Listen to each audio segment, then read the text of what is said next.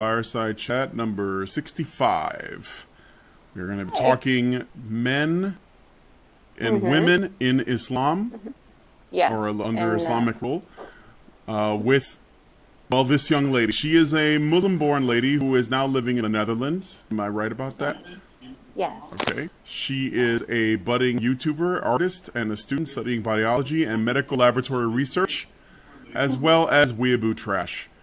She He made me wear this just for the extra views. She may also be a trap, so my pronouns may be incorrect, but fortunately I don't live in Canada, so I am safe from all legal consequences. Yeah, I know I look like Antifa. I got told that. The chat's like, Antifa. I'm Antifa, but more weeb trash. I guess you're listening to the stream while we're doing it. Yes. You might want to pause or mute volume on that, otherwise people are going to be getting double dose of Doge, which I'm sure that they want. Oh, but, yes. Know. Okay. Okay. I'll close it. Okay, I muted it. All right, there we go. That's cool. All right, so I'm just gonna. Oh yeah. Welcome to Honey Badger Radio, Scaredy Cat. Thank you. So I'm just gonna call you Cat, because otherwise I may accidentally not. So I'm just gonna call you Cat, and welcome to the show. So I guess the first thing that people are gonna be asking is why the mask. So why don't you tell us why? The mask is just because I'm very self-conscious talking, but I feel like I have a lot to say. So this is just like kind of deflecting my autism and just letting me speak without like worrying about, oh my God, how does my mouth look? How does my face look so weird? I sound so weird. So. Oh, okay, okay. So it's not because you want to hide your identity? No, not really. I'm very active on Facebook's Honey Badger group, so people already know what I look like. Okay. All right, cool. People are saying I sound like I gained a ball instead of I'm losing one. Do I sound really weird to you guys? You sound fine. Your voice sounds pretty normal. Okay. I'm going to wait and see if the people in the chat think it's because I may have to restart my microphone. Because sometimes what happens is, and I don't know why, the microphone I use will occasionally drop my voice an octave for the people listening, so I sound like Darth Vader. It sounds kind of cool. Yeah, people are saying I have a deep voice. So give me a second. I'm going to restart my microphone. Okay.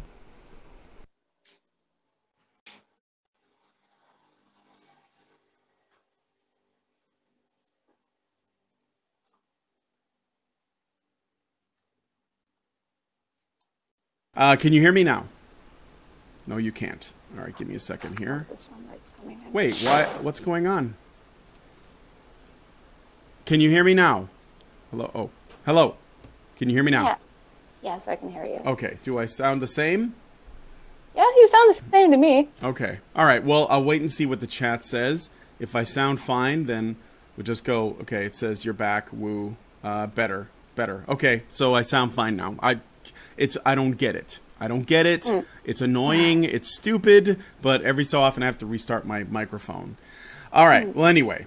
Jesus Christ. Okay, so we know the story behind the mask now. So now you guys get it. This is basically what you do on your YouTube channel as well.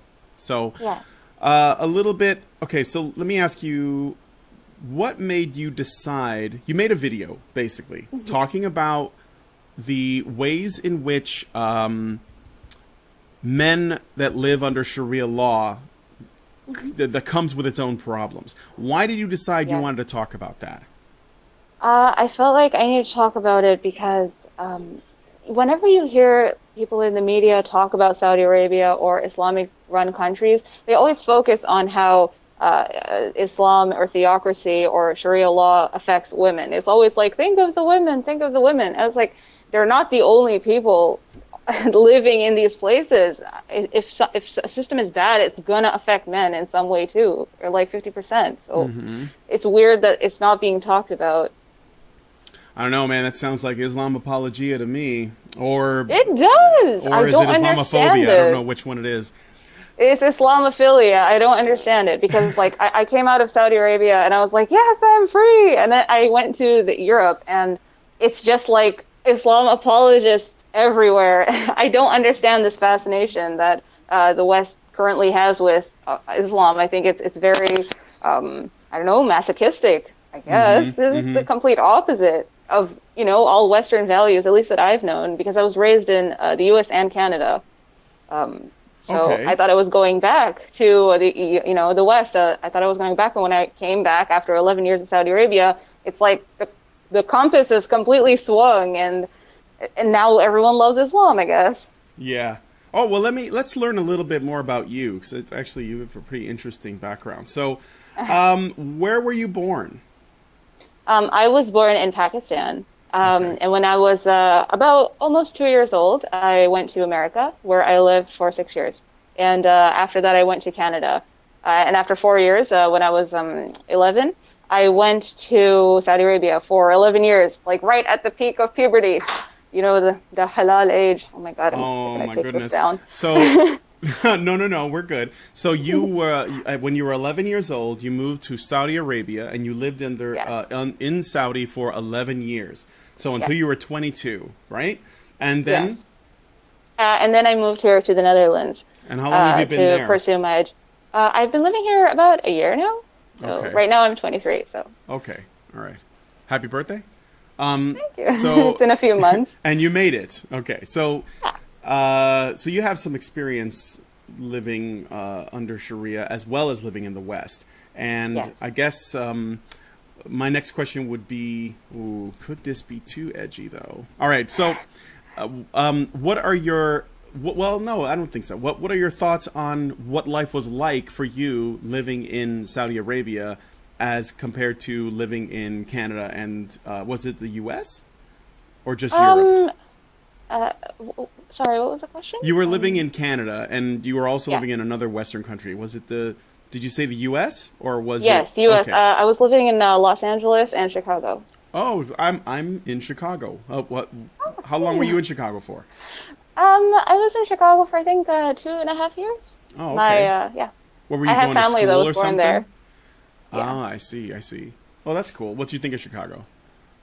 I kind of like it. I don't remember right, but the crime rate was not really, you don't really see it every day. It's a lot less tumultuous than the media makes it look out. But maybe I just didn't live in those No, neighborhoods. well, yeah, you're right on both of those things. I mean, it's bad, okay, but it's only bad in the parts of Chicago that are bad. So, and Okay. Chicago's such a big city that you could live, Yes. you could live your whole life there and not really experience any of that stuff, depending on where you are. But yeah, I just thought I would ask because they call Chicago Chirac, right? But you also lived in Saudi Arabia. So, what was Yeah. life like in Saudi from 11 to 22? Life actually it kept evolving because more people like my age in Saudi Arabia, they're more like, they're used to the internet and internet culture. So people my age, my generation are generally much more open, but they can't really say it. They can't really show it because of the traditionalist system that they still live in. So Yeah.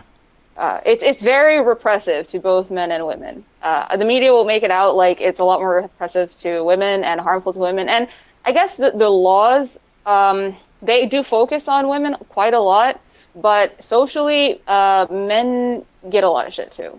Okay. Like a lot. Well, let's look at that for a second. Is there like a fist fight going on outside your apartment? I actually don't know, but I'm like right next to the window. People have complained this about my videos too because my computer desk is right next to an open window. Oh, It's okay. glass and it's not really soundproof. So I'm sorry no, about it's that. it's all right. It's distant. I'm not gonna sweat it. But just in case people are wondering what's going on outside, you're in the Netherlands right now, correct? Yes. Okay. But I do live in a multicultural part is the PC way to say it. Like, you know what's up. Oh yeah, I do. I know. I know what's up. Okay, so so let's look at what we're talking about today, which is this sort of this misconception. So I want to set this up for people. And by the way, those of you guys who are watching, I am currently displaying the live chat for both of our channels. We did get our streaming privileges back at Honey Badger Radio, so I'm displaying them there, but I'm also still displaying on live streams. So we're going to be streaming to both channels. So if you guys are on both, on either one of those platforms and you're commenting in the comments section, I can see your comments. So if you guys, you don't have to move to one or the other. You can use whichever of the two you wish. We're also streaming to Facebook, I hope, and to various other platforms. So thanks, you guys, for joining us. All right. Thank you. All right, so let's get into it. So you decided to make videos because you felt that the discussion around Islam is not really the full story, and it's not right. No. And it's more complex than that. And I think that as a person who's looking to find the truth myself, I'm always challenging the ideas that the media put forward. And this is not a partisan thing either. Like the left and the right both have narratives that they're usually pushing, and a lot of times it's because they're trying to push against the other side's narratives. So that's true. Yeah. Because I took the political quiz, and I fall very left center, just 2 squares towards the center. So I'm not I'm not a very political person, actually. I just feel like there's a lot that needs to be said, and it's just not being said. I feel like I have a duty to, kind of show the other side if I can. Yeah, exactly. If that's what you're looking for, then that means you have to go wherever it leads, and that means that you might find some things that, some things that make you uncomfortable, some things that definitely things other people will find uncomfortable. Yeah. And it's not about, taking the moral high ground or taking something away. It's like definitely this. Not. The way I see this Islam thing, and I'm going to finish setting this up for people who are new to this conversation. We've been talking about this basically since the Cologne incident happened a couple of years back, where there were lots of accusations of rapes that were going on all over Cologne, and that the information wasn't entirely clear, and it was a lot of accusations, and there was a lot of finger pointing. But what came from that was this assumption that somehow only in Islamic countries, men are completely and utterly savage, and they're all rapists, and it's a real patriarchy, and it's basically a real example of everything that feminists have been crying about in Western countries made real in these Middle Eastern countries, or under these sort of Islamic cultures, okay? So the reason why I challenge that idea is twofold. One is, well, I think more importantly is this. If you believe that there is a society in the Middle East or anywhere in the world where there is real oppression of women, and there is real misogyny, and there is real rape cultures, then you have to somehow compartmentalize the idea that this is something that men everywhere can do and would do. Yes? I'm sorry to interrupt, but your voice is kind of cutting. It is? Oh. Yeah, it's like phasing in and out, kind of robotic. Okay. Hold on a second. Okay, let me try leaving and coming back in. I apologize.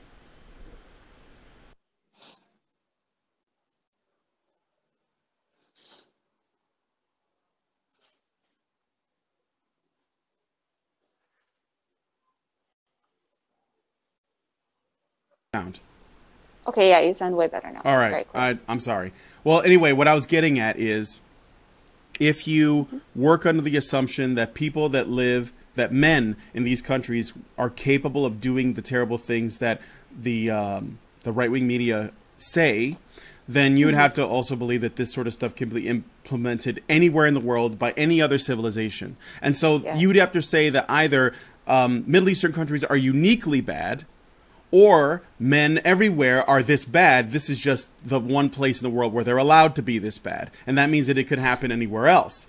And you have to, and I'm not saying that these things are not happening, like that there aren't cases where migrants are, committing acts of rape and terrorism and violence. But you're not looking at the causal factors and every possible reason for it. You're just saying, well, this is just how men are. And it just so happens that we've managed to civilize them in the West. So I'm going to let you talk a little bit about that, because I know that you have bullet points. But this is me setting everything up so that we can try to get to what the bottom of this is. Okay. Well, basically, the first problem with this sort of thinking is that it just assumes that men are inherently violent by nature. And I don't agree with that. I think that they're just put in a culture that allows men certain privileges and also restricts them in certain ways. I don't think that men are inherently, misogynist pigs, and they'll just take what they can get and when they want it. I feel like basically like places like Saudi Arabia are what happens when you give men too much power, and places like the Western world today are what happens when you give women too much power. It's a people thing. It's not a gender thing. Mm-hmm. And I feel like, by giving men certain powers, they just don't talk about the powers that women have. Like, for example, by making women cover up, they're reinforcing this notion that men are all like they're just rapists. They're like sex-obsessed rapists, and they just can't control themselves. And I think that that's really ridiculous, because the last time I went to Saudi Arabia, which was just over a month ago, last month, I went to Saudi Arabia again.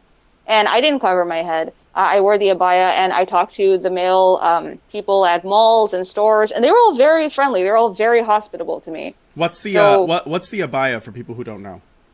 Oh, the abaya is it's the burqa thing that they wear, but the burqa covers your like whole face.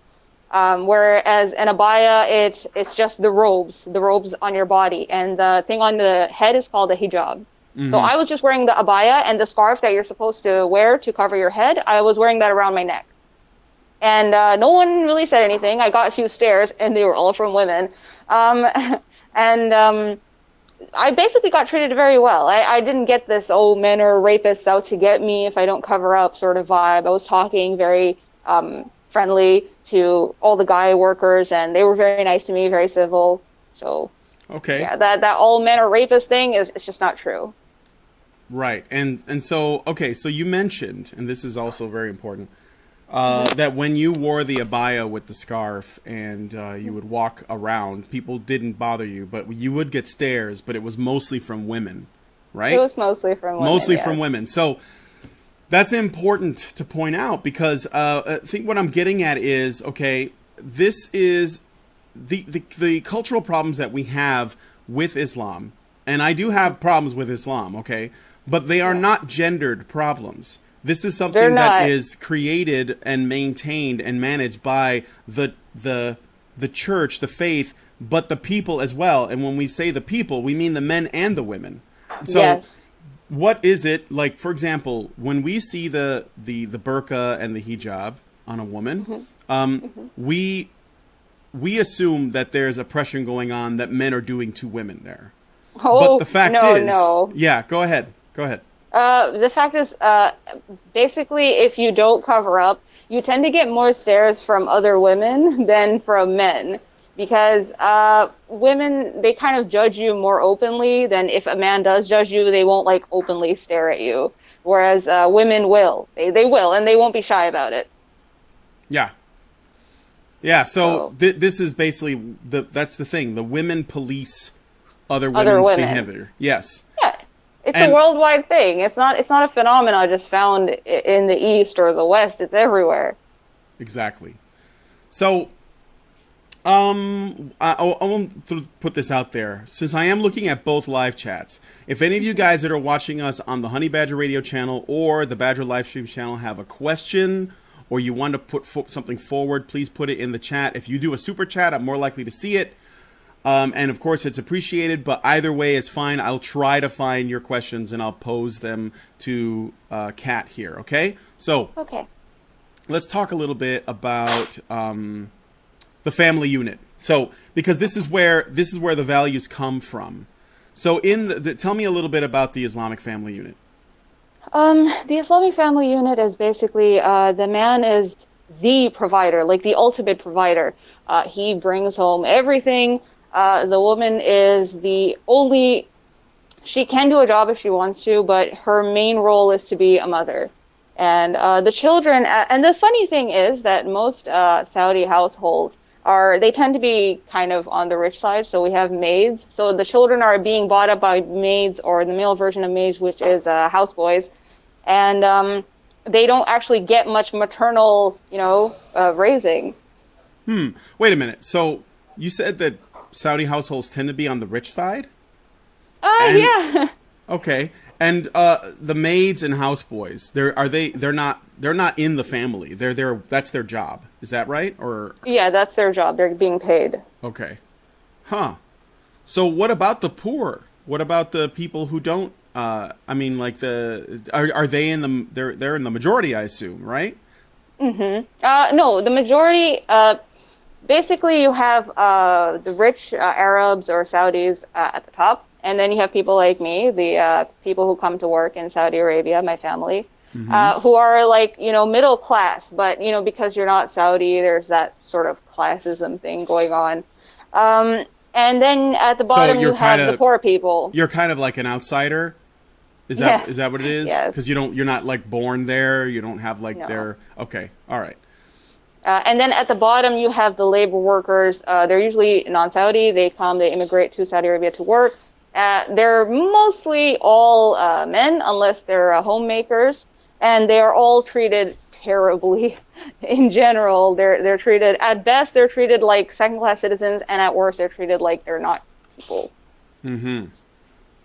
Okay. That's very interesting. So some comments I got in the chat. Faith is abdication of reason writes, the Islamic presumption that seeing the hair or skin of a woman will turn a man into a rutting animal is actually very much a feminist idea. Yes, yes. I actually, when I was living in Saudi Arabia as a teenager, I was like, this kind of sucks. Like, I understand feminism. I actually supported feminism because I was living in Saudi Arabia. And I did not really get to talk to too many guys. I was raised in an all-girls school. So I had very limited exposure to men. And so I bought into that all men are rapists. And if they see you, they're just going to pounce on you. And yeah, it wasn't a good look for me. But then, I grew up and I realized, it's way more nuanced than that. And that both sides do suffer. So you had originally bought into that idea. And you learned that from feminism and not Islam? Not that there's much of a difference, but... I was raised in a very Islamic household, yes. A very, I guess you could say, not too conservative, but it was, you had to cover your head and you can't talk to guys, you can't be around guys, stuff like that, like very standard, normal Muslim stuff. But I still had no exposure to, normal people, guys. And then when I talked to them, I realized that, hey, they're people. They have problems too. Mm-hmm. They're not just monsters waiting to rape me in an alley. Yeah, yeah. So what's the deal with singles? Yes. Okay, so Saudi Arabia has this, it's basically a gender segregated country, all of it. But instead of saying men and women or male and female, in every place ever, they have a singles and a family section. And singles means men and family means women. Really? Yes. Huh? Yes, you can Google it. Like right now, you can see singles is for all men, and the families means women and small children. If you're a boy who has reached 10 years, like puberty, basically, you're singles now. You don't get to hang out with your parents anymore. So they actually gender segregate in Saudi Arabia, right? Yeah. And yes. These laws, are they like enforced by law? This sort of stuff? Yes. Okay. Yeah. And go ahead. They also in public spaces they have a lot of women-only spaces. Right. So there are women-only spaces, family spaces, and the family spaces are for women and children. The women don't have to be mothers per se. It's not. It's No. not really that way. It's basically just women in general, and then the singles is just for men. And the purpose of this is what? That's gender segregation because if you get together, you might have some rapes on your hands. Really? So this is basically done to protect women. That's the idea. Yes, under the assumption that men will rape them. And that's why we don't have, recreational things like public swimming pools or cinemas or theaters. It's all gender segregated. Even theme parks, they have family days, which is like one day in the whole week, and then the rest is men or women. Wow. Yeah. I didn't know that. That's crazy and very feminist, by the way. Because ultimately, that's what they're Sweden calling would for. be proud. Yes, very much so. I think there's a reason why that one woman in the interview, she said, Islam is the most feminist religion. They were right.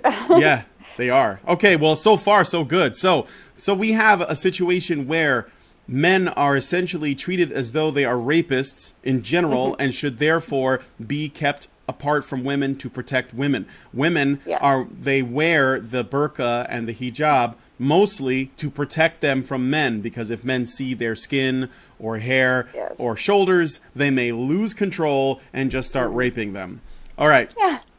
So there's also another aspect. Can I say? Yeah, please. Okay. Another aspect to covering up for women is basically, I think I heard Karen Strawn talk about it, and she was actually right. She's the only woman that I have ever heard talk about it online.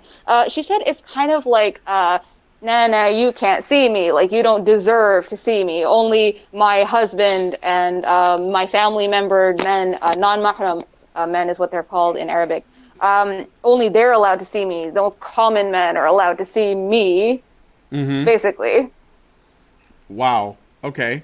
And so, no, it's cool. I want. So tell me. At least she was being honest. So what is it again? What kind of man is that they call it? Something men? Oh, yes. Related men by men related by blood and marriage are called mahram. Oh, okay. And unrelated men by family or marriage are called non-mahram. Ah, I see. So only the related men are allowed to see her, is what she's saying. Okay. Yes. Well, that's okay. Well, that's interesting. Tell me a little bit about female-only services. Okay. Basically, you have places like Carrefour and grocery stores and malls that have a lot of aisles, and then they have a few aisles, like 15% of the aisles are going to be just women, and they're being served by women, for women. Men cannot go in those aisles, whereas women can go in any of the other aisles. So this is strictly a women-only service and space, and men have no, equivalents, because females say they're uncomfortable to, shop and use a male cashier because, oh my God, those rape stares. Yeah, so basically, okay, to just make sure I understand what you're saying. In certain public shopping places where there are multiple departments and aisles, there are aisles and sections of stores or shops that are restricted to only women can go there. Yes. So men are not allowed it's handled there. Yes, it's for women, by women. And women work those spots, and only women can shop in those spots. Is that, what kind of stuff do they sell in those aisles? Oh, nothing. It's just a shopping aisle. Like, you'll have a Carrefour, like a grocery store, and then you'll have aisles, like the shopping checkout aisles, that are just for women. It's just a cashier aisle. Jade Mirror writes, "Clean up on aisle women." Yeah, but that's pretty much what it is. So, and then, but there is no such restriction on them. So women can basically go anywhere in the store, and men can go anywhere in the store except for the women-only sections. Yes. Actually, there are entire stores, like, I think you have it in America, Bath and Body Works and The Body Shop and stuff. They have signs saying families only, and that means, men keep out. Wow. Yeah. I mean, not that men are... That's the funny thing is that we have Bath and Body Works, and men generally don't go in there anyway. Yeah. But they're not being told they can't. So, yes. How does a man shop for gifts if he wants to buy something? Well, I guess he just has to work with his limits, right? I mean, it does allow families, so a guy can go with a woman, but they have to be husband and wife. They have to be mahram. Oh, I see. Okay. Yes. So family means, okay, I got it. I thought that it means, don't let a guy go around unsupervised, basically. That's what it means. Right. Okay, that makes sense. What about female-only services? I mean, not just spaces, but you mentioned services, or is that what you meant by that? Oh, yes, I meant the cashier services that are only hire women, and they're only cater to women. that. That's what I meant. Mm-hmm. Okay. What's what's like the nightlife and like social life like, or is there no such thing? Like, if are there, you guys have clubs and stuff like that, and how does that work? Is it policed too? It's very underground. Like you don't, for example, they don't sell pork, any pork products. They don't sell alcohol. There is no alcohol. Like in the country, if you visited the country, like on a work trip or something, you would be like, wow, where's the alcohol? Like there is none, but I'm pretty sure they sell it. It's just all underground, like all of it. Yeah, right. It's like black market stuff. Why? Okay, I understand the pork rationale. That's a religious thing. What is alcohol the same? Is no, it's just because it's, it's haram, like forbidden in Islam. Right. Okay. Because a drunk man is more likely to rape? No, I don't know. I mean, that's the logic, but no, I mean, it's probably just the religion itself. Yes. All right. So what we're looking at, the pattern I'm seeing here is, normally when we look at cultures that have some freedom in their society, such as in the United States, right? We're big on freedom here in the U.S., but the freedom comes at a cost. And that cost is that obviously, aside from the fact that we have to constantly fight to keep it, one of the biggest costs is that the more freedom you get as a society, the less security you have. So the freer you are, security you have. What does that mean? The less security. So, for example, the more freedom comes with more risk. So that means, like, if I say, well, I should be free to stay out as late as I want to, okay, and go wherever I want to within, like, the border of my country. Well, that's fine, but what comes with it is an acceptance of the idea that basically being able to stay out as late as you want to means that you open yourself up to maybe getting mugged or, having some crime committed against you, because this is when, things get more dangerous. If the freedom to go wherever you want to in the country means that you also open yourself up to some risk. Like if you go out into the woods and you get attacked by a bear, that's because, you said I'm free to do this, which you are free to do. So we understand that all freedoms come with less security.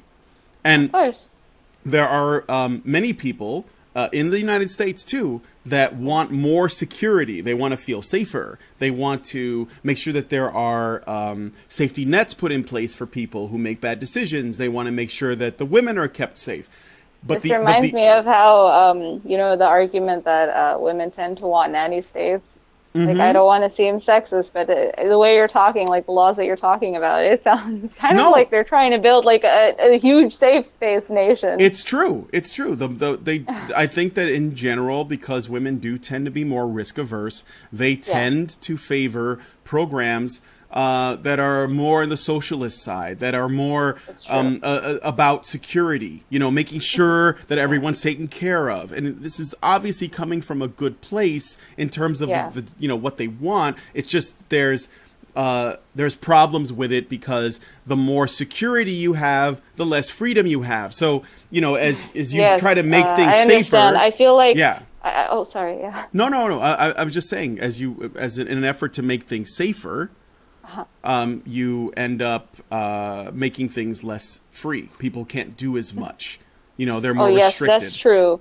I think that because I feel like lately the Western laws have been really infantilizing women. Either they've been infantilizing women or playing up to their already infantilized natures. I don't want to talk about female nature because that's not my thing. But I feel like they are infantilizing women with these laws. Like, it's a bit iffy for me because I don't know. I want to be able to do things. I want to be able to do the same things as a guy. I don't want to be treated like a child because that's actually, I wanted to talk about male guardians in Saudi Arabia and how they're basically dads, like forever. Yeah, I was getting to that. But the pattern I'm seeing, and this is why I'm making this comparison, is that in Saudi Arabia, what we're looking at is, in a lot of these examples, is a society that is putting the security of women at such a high degree that it appears as though they're losing freedoms. Yes, they are infringing on freedom. Yes, they have to, because you have to be, but it comes down to this question of if you asked a woman who was completely complacent and happy with her lifestyle in Saudi Arabia if she wanted to be more free. But what would happen is she would lose her security. She would, like, you know, lose all the female only spaces and, you know, the burqa, whatever. If you were basically, if it was to be like, I want to free you from all of this stuff that's restricting you. If she was really complacent, she would likely say, no, I don't want any of that because the way I live now makes me feel safe, and I want to feel safe more than I want to feel free. And that's that's what we're looking at, in my opinion. But go ahead and I feel like most you know, the sides about how women can't drive, for example, you know, that's I agree, that's a bad thing. It needs to be fixed. Women should have the freedom to travel as they wish, and they should have the freedom to drive. But what they don't say, and I find it really odd that they don't say it, is that women don't really want to drive there. Like, a lot of women, not all, but a lot of women enjoy being driven, like, door to door. And even in our newspaper, in the Arab news, it always, like, when people criticize the women driving rule, you have these authors that are saying, yeah, we drive our women around because we treat them like queens, and queens get driven around everywhere by drivers.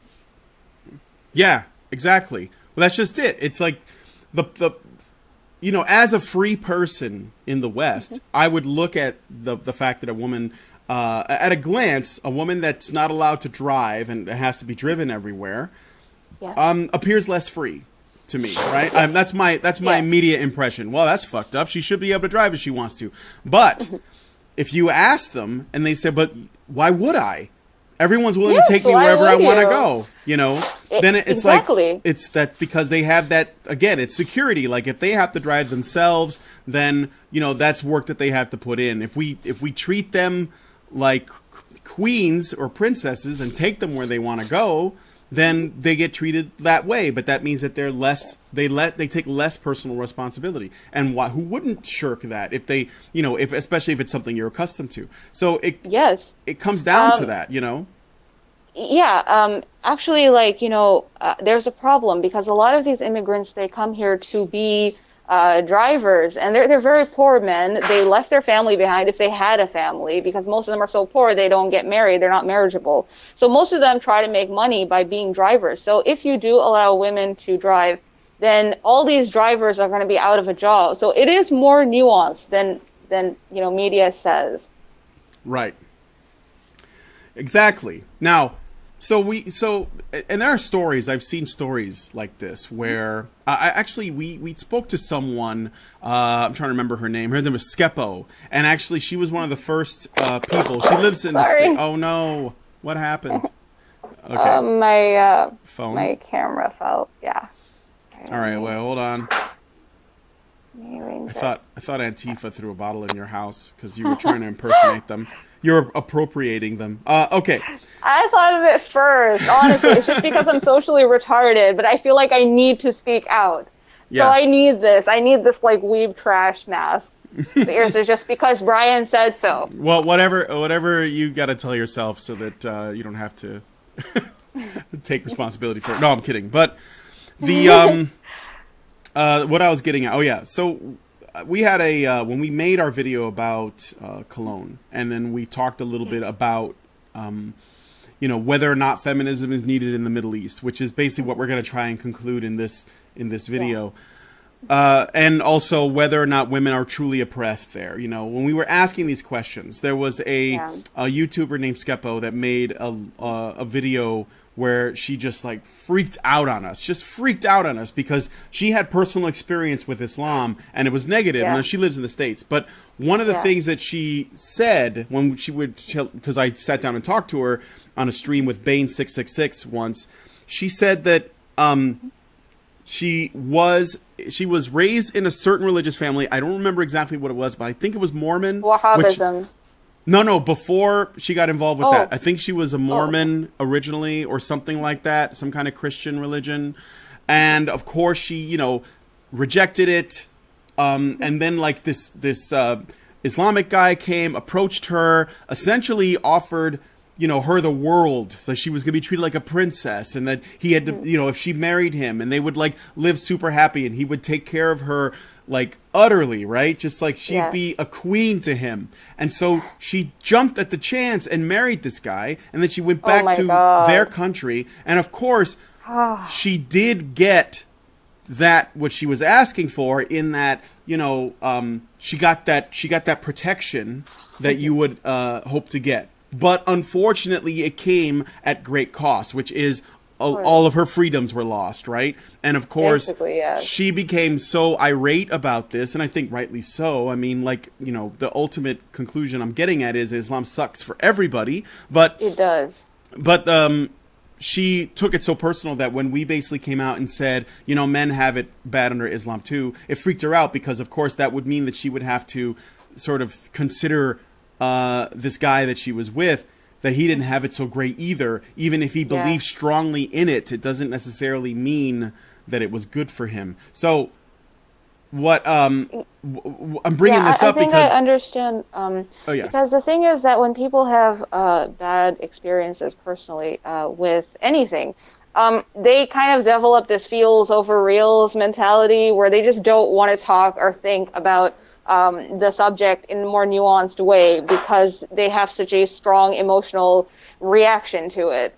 Which is why those types of people are precisely the type of people you should not ask for, you know, their experiences. I mean, I've had a negative, you know, relationship living with my life in Saudi Arabia, but I think I feel like I can step back and see how things really are for both sides. It's what I want to do, and it's what I want to show other people too. Yeah, exactly. And well, I mean, like, this is what happens when, you know, if you want to be treated like a princess or a queen, that means that your safety takes precedence over everything else. And you also would have to live in a world where, in order for people to prioritize safety and security so highly, they would have to assume that everyone in their immediate vicinity is dangerous, especially the men. Yes. So yes, it puts you in a really bad headspace. I don't know why you would want that. I get that, you know, being individualist is hard work, because there's a lot more work for you to do, and you can't depend on other people to do shit for you. But it's either that, or people do things for you, but then they have power over you. And you have to choose. You can either do work yourself and have the power yourself, or other people do your work and then they get to tell you what to do. Yeah. This is probably the most haram conversation I've ever had. We're going to be in so much trouble. So yeah. Now we're going to go into let's get into the headspace of Saudi women. Speaking of headspaces, so in the West we have hypergamy, but we also have it there. So of course, how does that work? Yes, it's an international phenomenon, really, because, for example, in Arab marriages, well, not Arab marriages, in Islamic marriages, the guy has to pay the girl a dowry, like a sum of money, to say, like, look, I can provide for you, which I think is pretty messed up, because it is, like, why should you offer money, like, to marry someone? It's such a retrograde concept, but people don't care about this because it's a men's issue, not a woman's issue. Yeah. And what else how else does a man make an offer to a woman? Does it all comes down to his ability to provide and protect? Yeah, basically, yes. It's his ability to provide that is the most attractive thing. Because in the West you have areas where you can, you know, date and freely meet men and women, and you can talk and get to know each other. But in Saudi Arabia, there's arranged marriages, like, mostly. There's a little, like, progression, but mostly it's still arranged marriages. And basically it's like a job interview, but for a person. Like, okay, so what is your resume? Like, okay, well, I make this much a month and this much a month, and I look good, I have good genes. Basically, it's a job resume, but for a person. So when you say I look good, I have good genes, are you talking about the women? Is that their offer? That they? Yeah, the women have to be, you know, good looking, and the men have to make a lot of money, basically. Right. Like, be successful. Yeah. So basically, it's what it comes down to is it's not much different than it is here in the States, where women are usually looking for good, you know, men that are going to be good providers and protectors, and men are looking for women that have good genes. But over there, it's basically taken and it's like cranked all the way up. So it's like the only feature that you have. So it's not like, you know, you get to know each other. Are we compatible? Like this kind of thing, you know? Actually, you do have this sort of engagement stage where you can't have sex, but you can like sort of date. You can go on dates to get to know each other. And that's where you kind of meet, but by then you're already engaged. So if you refuse, then fine, I'll have to annul the marriage. So Okay. Yeah, it's and like when you need to as far as that goes, how does it work with things like divorce, marriage annulments? Like in what ways are those things similar or different from the way we do things here in the West? to be honest, I don't really know because I haven't done too much work in the legal. Oh, systems. I see. Okay. No, I just know about like social stuff. Okay. Oh, that's fair. No, I get you.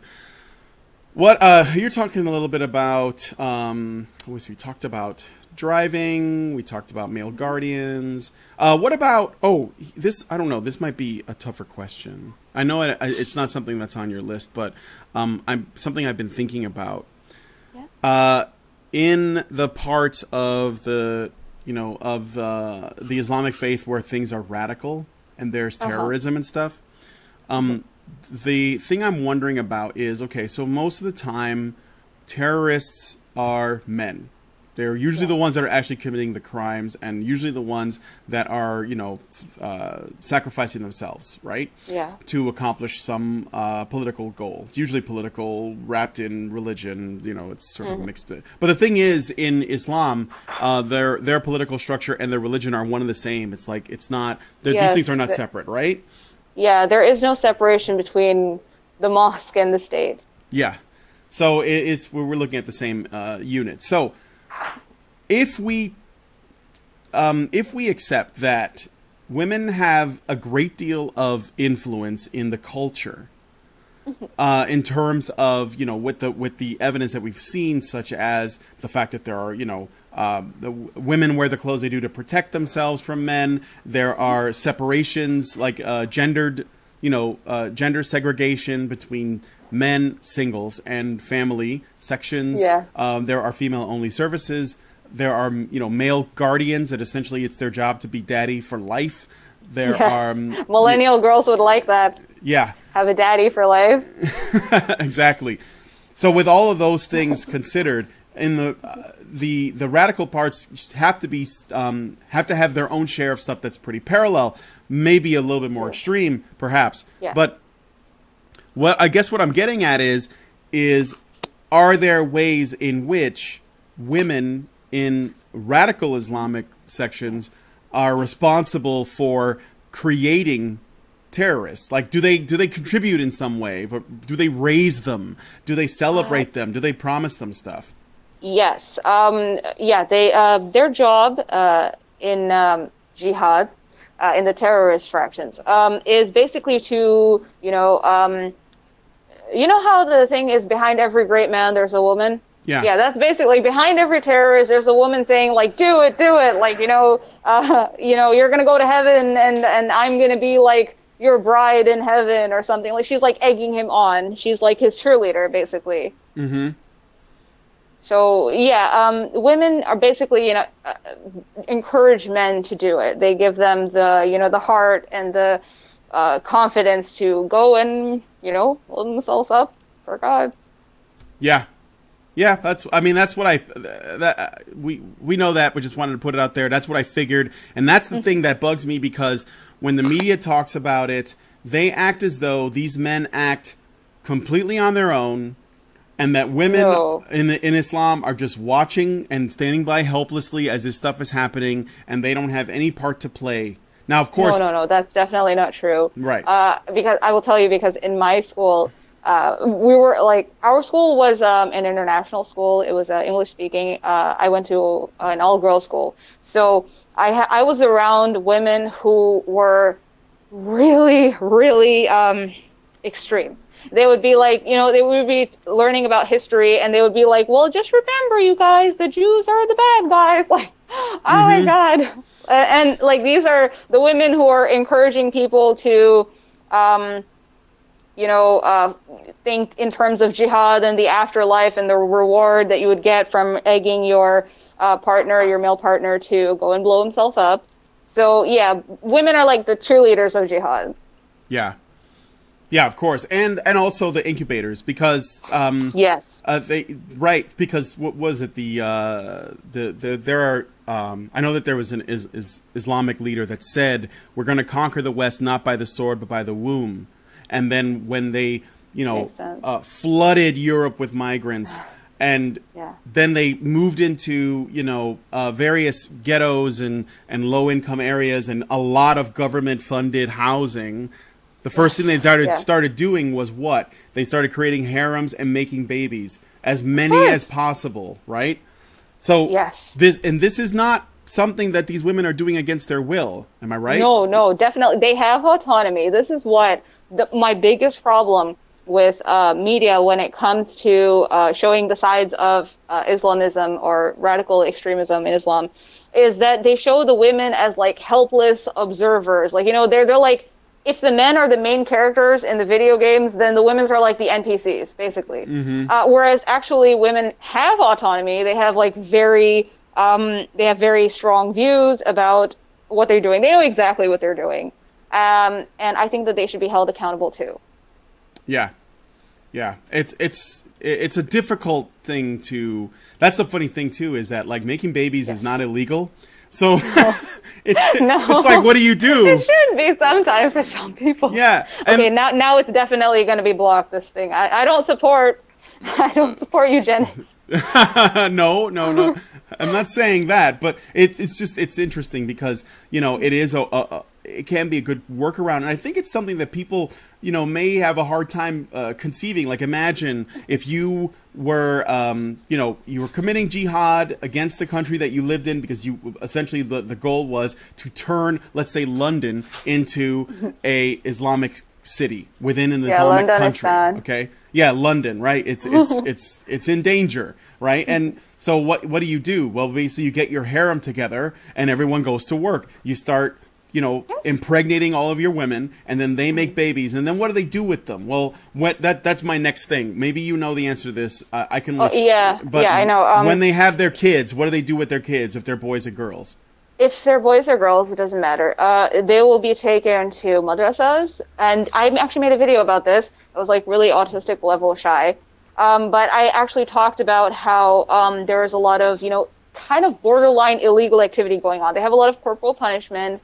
And as you age, as you reach puberty, the boys and girls are often, not always, but they're often radicalized. Like, they're taught that the country that they're living in, like Western countries, are evil, they're anti-Islamic, and basically they need to be purged. So this ghettoization of Western countries often leads to people becoming radicals in the countries. And this is for men and women, because I took these courses. They're called Adama courses. Where alim and alima is a term for like a scholar, like a pundit of Islam. So I took these courses as a child, and some of the stuff that I was told was like looking back on it now with 2020 hindsight, it was so messed up. I was taught so much anti-Semitic stuff. I was taught to be basically an activist. And can you tell me a little bit about some of the anti-Semitic stuff that they taught you? And this is madrasas? Is that what it is? Yes, madrasas for children. Oh my God! So how early do they start them? Well, I was. My camera moved again. I'm sorry. It's all right. All right. You're good. Hold on just a second. Come on. Okay. Basically, I was taught from a young age about how Israel is, a terrible thing, and Palestinians need to take Israel back. And I want to stay out of politics, but it's not their politics that they were preaching. It's how they were saying it. Like, they were saying things like Jewish dogs and stuff like that. And we were children, and they were talking about Jewish dogs and calling them basically shit. So. Yeah, was yeah. very uncomfortable, like remembering that kind of stuff. How is it that you were able to shake that off? Or were there a lot of other students that were also like that were with you that were questioning all this shit? I don't actually know because I was very repressed as a child. So I didn't really talk to a lot of other students to see how they felt. But I have a feeling that a few of them, more than a few of them, they disagreed with what they were being taught, but they felt like they couldn't say it like me. Mm-hmm. Because if Okay. you say it, you basically become like a pariah in your community. Oh yeah, for sure. It wouldn't be wise to talk No, about that. Yeah. Which no, definitely not. again, I see stuff like wrong think in the West too. It's just a different Yeah, kind. So I yeah. guess there are. I guess there. This brings me back to when one of the first things we said is, isn't it strange that the West fetishizes Islam so much? Like they're so It was protective so of it, strange. and they tend to stick up for them. And I think part of it is the fact that they think of it as an underdog, group of people, and they always root for the underdog, no matter how inane it might be. I don't know if it's I don't know if it's that. I think it has more to do with the fact that people think uh, Islam, in comparison to Christianity, is like a brown people religion. I think it has a lot to do with race. Like for some reason, it's so racist to think that Muslims equal brown people, but that's what it seemed. That's like the only rationale I can put in my head for them defending it so arduously. Yeah, but well, that's what I'm getting at. Like, Islam equals brown people, which is why they tried to make the argument that criticizing Islam is racist. Thank you, Ben Affleck. But then, when that didn't stick, then they came up with a term, Islamophobia. So Oh that's God. basically just another way of saying you're racist because they still throw around the brown card when they play it. Yes. But the reason why they do that is because they see brown people as the underdog. I think it's a bit of both. As someone who lives in Chicago, and I live in black neighborhoods most of my entire life almost, I Yes. see a lot of problems in black and Hispanic neighborhoods. I see a lot of problems in the black and Hispanic community. But the problem is that there are these like social justice warriors that speak for us, as though they Yes. know our life. Yes. And I'm not, and I'm by saying that I'm It's so not true. in any way forgiving actual black activists and Hispanic activists, people who are just as bad, if not worse, because they're taking away from the truth. But essentially, it's all Yes. about sticking up for the little guy. And sometimes Yeah. the little guy is wrong. Sometimes the little guy doesn't have It's things true. right, but they're more Yes. interested in that. And so this fetishization, I'm not going to say it, this attraction to protecting, Middle Eastern people who essentially live under a theocratic, tyrannical dictatorship, especially in the countries where there's more terrorism and shit going on, despite whose fault it was that these things become, because I know that it's not a simple thing to talk about, and we're not here to talk about politics, but Yeah. to act as though there is a right side and a wrong side in this discussion when the problem, at least in part, lies with the ideology itself, and the people under it, regardless of their chromosomes, they're suffering. They are. Yeah. We just gotta stop being dishonest about that, and that's why I want to keep having these talks about women's influence in Islam. It may Yeah, not be because written down on paper, but go it's ahead. not. The thing is that women kind of are like more passive in their activism because they're supposed to egg the men who are the active members of committing terrorism. Their job is to give them the spirit to do what they do. So they are, in my view, they're just as guilty. And the thing is that we live in a culture, in a society worldwide that just, I don't know, it just gives women special treatment just for being women, and I don't think it's right. Mm-hmm. Do you have any other female friends that lived in Saudi? that maybe Yeah, like. I have a lot of female friends. No, not a lot. I have a few, but I don't really talk to them that much Hmm. these days because while I was living there, I very much kept to myself, and I was kind of like, one of those weirdos who just hung out all day on image boards and stuff. Okay, so Yeah. is this? I don't want to get too personal, but as a extremely, I guess, introverted, is that a fair thing to say? As a really introverted person who lived, in Saudi for 11 years, your introversion did that? Do you think that there was any social factors that may have contributed to that? Because I used to be like that myself. I used to be super Yes, actually, super bad it about was. that. Yeah. Yeah. I actually wasn't introverted until I went to Saudi Arabia. When I was in Canada, I was always a very like outgoing child.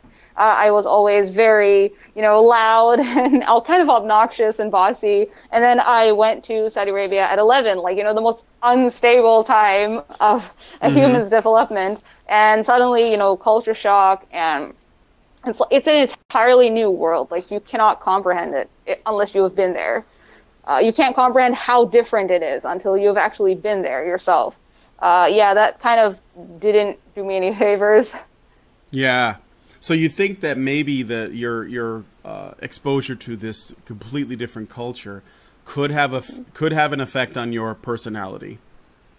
Oh, it did. It did. I was diagnosed with a few mental conditions, and I can say like I'm cured now. Like I'm doing pretty well and fully functional. I'm Okay. still kind of like a shy retard, but whatever. Yeah, that's all right. But you're a shy retard. Well, you actually seemed you handle yourself pretty well here. So I guess is there anything else that you want to say that that I didn't get a chance to ask you about? Because I think we're gonna wrap it up otherwise.